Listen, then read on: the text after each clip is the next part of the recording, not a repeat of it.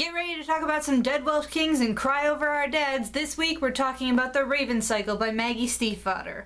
Books in the Park starts now.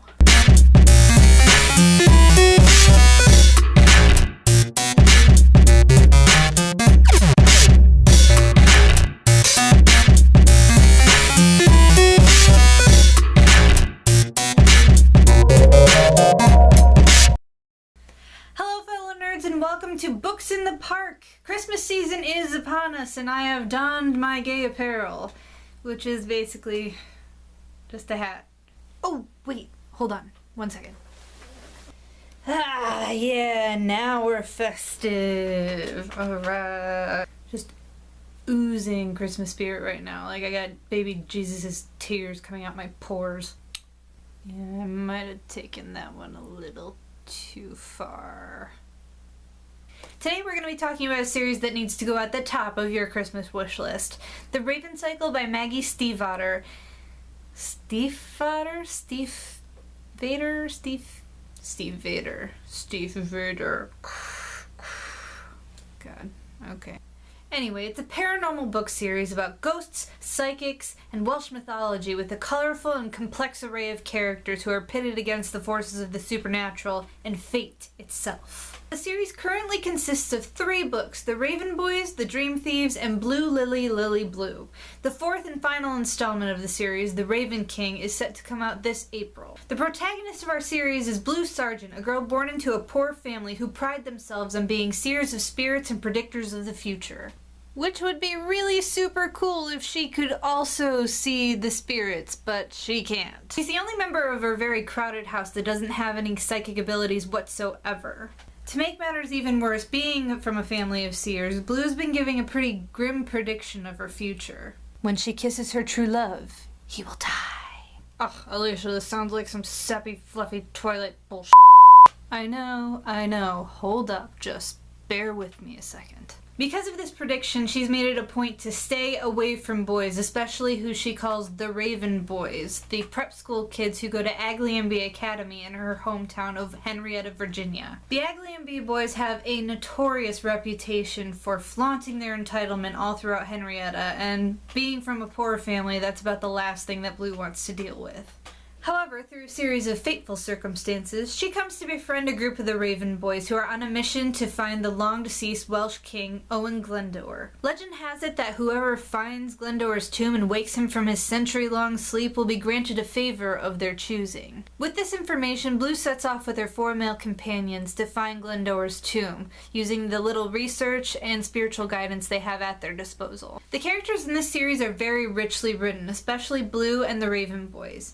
Gansey, the group's enthusiastic leader, comes off as kind of this young, budding politician type who seems a little fake, but he has deeply personal reasons for going after Glendower. The sour one of the group, Ronan, is a foul-mouthed, rebellious troublemaker who's reeling from the violent death of his father and his subsequent banishment from his estate and his estrangement from his mother. Adam is the only boy in the group who's been born into poverty, and because of this, he struggles to make his way amongst his rich counterparts without their help or pity.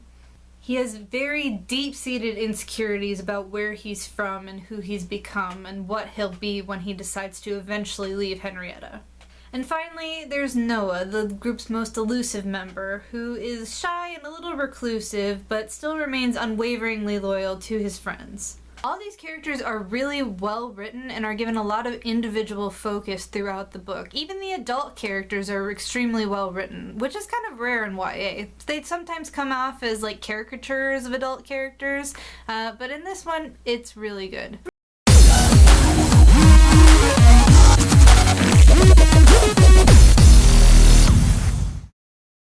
It's not hard to figure out that one of the biggest attributes to this series is the characters and their interaction with each other and their introspection. Another thing that makes this series so appealing is that Stiefvater writes gorgeously and knows how to use her words wisely. She never wastes too much time on description, but when she does go into descriptive passages, there's never any extraneous words or details that we need in there. She never paints a pretty picture just for the sake of doing it.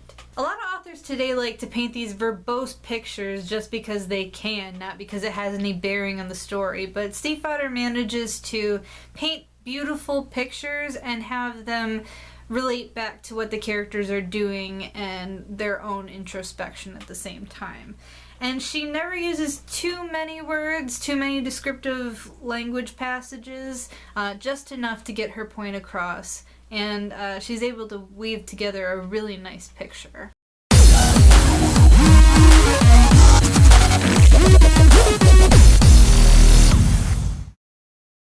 One of the very few complaints I have about this book series is that the climaxes of each of the books tend to be a little underwhelming. The Dream Thieves had a pretty riveting ending, but The Raven Boys and Blue Lily Lily Blue left a little bit to be desired. I mean, the plot is really thrilling and the build-up to some of the twists and turns are wonderful, but then when you get to the point where you know it's over, you're just kind of left going, oh. Okay. I mean, when you hit the climax of a book, you want to be hit by it and beaten up by it like day after day after day after you've done reading it.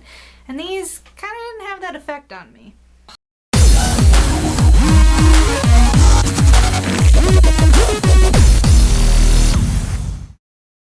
But Alicia, it still sounds like crappy Twilight bullshit. It really isn't, though. Like, I was put off from buying this book for a long time because every time I read the summary, it sounded appalling. The whole, when you kiss your true love, he'll die thing just sounded like, oh, God. That's not what this is like at all. The romance does not take center stage to it. It's kind of more like an afterthought, and if anything, it just kind of causes generally a lot of problems. What I think is really fantastic about these books, aside from the characters, is that the plot is interesting and it keeps building upon itself. It never peters out. It does ask a lot of questions, and then it keeps asking questions as you go along, but Stiefvater makes sure to kind of answer a lot of questions that you have going on as well. So that whenever she does introduce new questions, we at least get some answers to some of the old questions too. So we're not just left at the end of a book with even more questions that we had before. Maze Runner series. Oh. Sorry guys, man, something's going around. It's the winter, I'm telling you. Just so much phlegm. But yeah, I adore this series. You know, there aren't any monsters or anything like that. It's a lot more spiritual, ghosty type things, but if you really like character-driven stories and you really like characters who form strong bonds with each other, and if you really like mythology, especially like Norse mythology or, you know, Old English mythology, things like that, you'll really enjoy this. And that, my lovelies, is my last video of 2015. It's been a long year, guys. A long, long, long, long, long. 2 hours later. Long, long, long, long, long, long, long, long year. And I just want to thank you guys for starting off this journey with me, and I'm planning on having many more of these videos in the future. And I don't want to run out of books to read too, so if you have any suggestions for titles that I could potentially view in the future, please put them in the comments below. Or you can email us at nerdparkpodcast@gmail.com. Any suggestions, I will take a look at it, see if it fits for what we're kind of going for over here, and then I will go out there and I will buy a copy of that book just for you, viewer, just for you. I always need new books, I always need new recommendations, so please, please, please give me your recommendations. Give them to me. Anyway, happy holidays, guys, and a very happy new year. I am so psyched to see you guys in 2016. We made it! Hopefully next year is much better than this one. So, yeah. Have a great holiday season, guys, and remember, stay nerdy.